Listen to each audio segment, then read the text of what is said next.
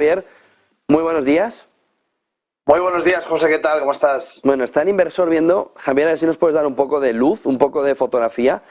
Muy preocupado con el trillón americano de dólares que viene a la renta fija como una inundación, como a llenarlo todo en un momento en el que cada vez que pasa esto, el mercado sufre el S&P 500.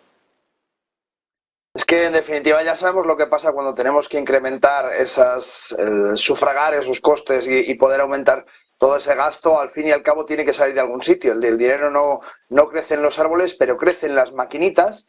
Y hemos aprendido durante todo 2022 y desde luego principios de 2023 que ese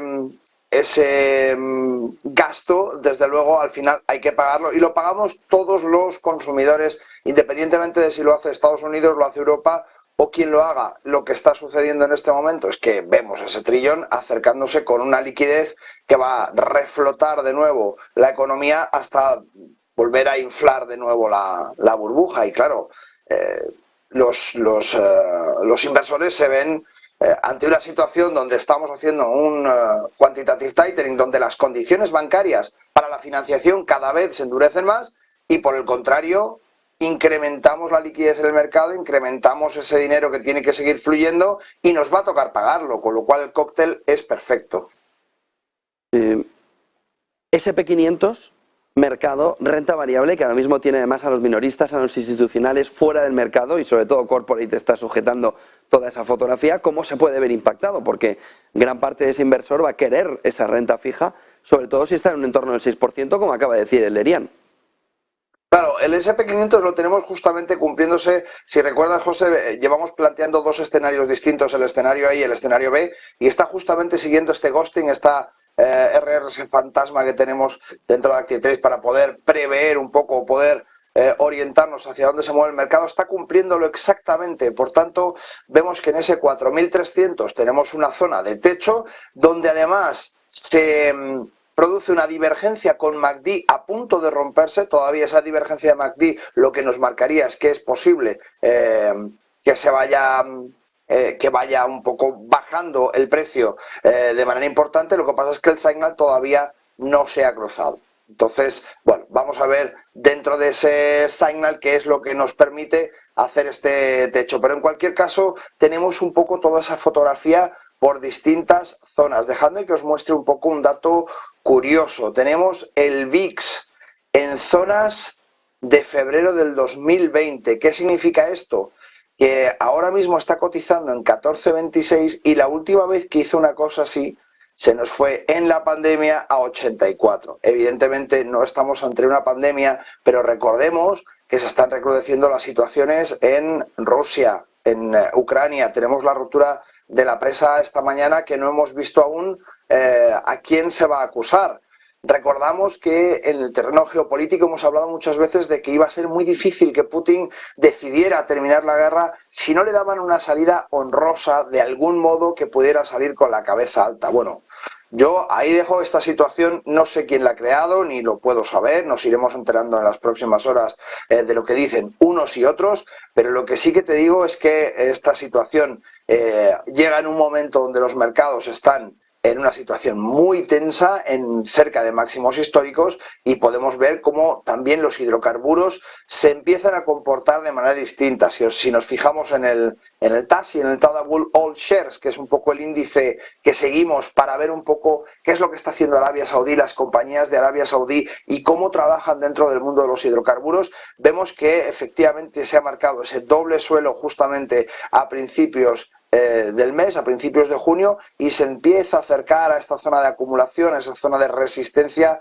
de los 11.360 dentro de este índice. Seguimos comentando, como siempre, dentro del escenario global, porque aunque nos empeñamos en intentar ver cómo hay una desglobalización, todavía seguimos muy dentro de los flujos económicos mundiales. Y si nos vamos al índice hindú, que lo hemos comentado varias veces últimamente, durante todo este último periodo, vemos un repunte espectacular prácticamente hasta mínimos. Incluso hemos visto, pues bueno, ese aprovechamiento un poco de la situación durante todo este tiempo que hemos visto del bloqueo a Rusia y de esos hidrocarburos que no puede vender en Europa, que han ido pivotando hacia zonas de Kazajstán, India, etc, etc. Y por tanto vemos claramente cómo los ingresos de muchas de las empresas de este índice continúan al alza de manera exponencial y constante. Por último, como última pincelada, si nos vamos al bono a 2 años, fijaos en qué momento lo tenemos, y estamos hablando del bono a 2 años en la renta fija americana, vamos a poder hablar de un 4,52 en este momento. Vemos un repunte potente. ¿Qué va a pasar con las letras a 6 meses, a 3 meses, una vez que empiece a salir toda esa deuda estadounidense, donde vamos a poder ver que el inversor va a poderse beneficiar de ratios mucho más altos? Vamos a poder hablar a lo mejor entre un 5 y pico % en duraciones a muy poco tiempo dentro de esas letras del Tesoro. Pues probablemente nos vamos a encontrar un movimiento igualmente de capitales de la renta variable a esa renta fija a muy corto plazo. Bueno, si juntamos toda esta película, desde luego las cosas empiezan a tensarse muy mucho como para empezar a tomar beneficios, a salir a un ladito y empezar a decidir dentro de los gráficos y dentro del sentido común y los conocimientos macroeconómicos que tengamos, cómo reaccionar ante lo que tenemos en pantalla en este momento, porque desde luego no es fácil.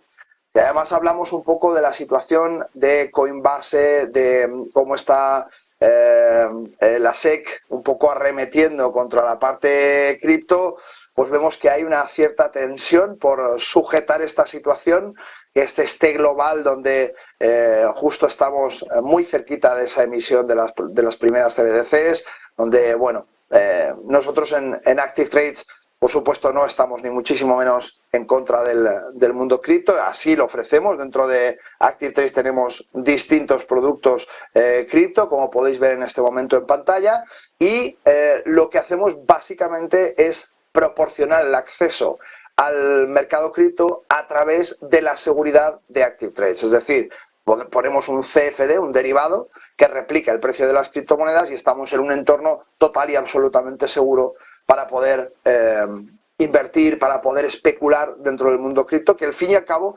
se ha demostrado como un mercado verdaderamente potente, sobre el que no tenemos por qué huir, no pasa nada, es un activo como otro cualquiera, muy volátil, ¿de acuerdo? ¿Qué es lo que necesitamos para poder tradear un activo volátil? Seguridad bancaria, financiera y sobre todo regulatoria. Las criptos no la tienen y gracias a este tipo de soluciones, como el CFD sobre una cripto, que es un derivado que replica el precio de la cripto, pero con toda la garantía, en este caso de Active Trades, y de toda la regulación, en este caso de 5 reguladores distintos, pues podemos acceder a este tipo de activos con mucha más volatilidad para poder incluso pues meter un poco más de chispa a nuestras carteras, siempre y cuando la ponderación sea la adecuada para nuestro nivel de riesgo y para nuestro nivel de conocimiento, por supuesto.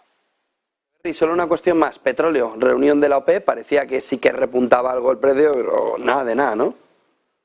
Nada de nada, el petróleo, como tú muy bien dices, sigue el camino que tiene que seguir. Vamos a verlo directamente, el Brent, aquí lo tenemos en pantalla. Fijaos cómo aquello que parecía que iba a subir muchísimo, nada, lo vamos a hacer un poquito más, vamos a ir un poquito más para atrás para que todo el mundo pueda tomar un poco de conciencia de cuál es la situación. Vemos claramente esta caída constante, ruptura después de esa reunión de tapadillo, pero vemos como esta segunda reunión de tapadillo y en fin de semana ya no ha tenido ningún efecto. Comentábamos que era bastante probable que el crudo Brent, llegara hasta estos 70,12. Se quedó muy cerquita, reunión de nuevo de tapadillo a escondidas para intentar conseguir, nada, pequeño repunte, y es muy probable que, como decíamos, el crudo siga su camino. Tenemos todavía esta zona de soporte que hay que ver un poco cómo se comporta y ver hasta dónde nos va a impulsar, pero es bastante probable que nos llegue a tocar esta zona de esos 64 con 44, que es la zona que nosotros tenemos marcada como zona de soporte más potente dentro del crudo. De momento se encuentra en esta zona de acumulación, no vamos a adelantar acontecimientos, hemos visto cómo ha caído muy próxima a la zona de 70,12, se ha quedado aproximadamente en esos 70,34 y lo que nos queda es seguir viendo un poco este movimiento. Recordemos esta ayuda que tenemos siempre con este nuevo indicador que nos permite verificar un poco el volumen, ya no solamente en la cantidad de contratos, sino la cantidad de contratos en compra y en venta que hay, que tenéis en estos numeritos y que vais a poder ver directamente. Esto os va a ayudar muchísimo a entender cuántos inversores hay comprando en activo, cuántos vendiendo y cómo se cruza ese volumen de negociación. Muchísimas gracias, Javier Echeverry, Active Trades. Buen día y buen negocio, Javier. Igualmente, muchas gracias, José. Buen día a todos.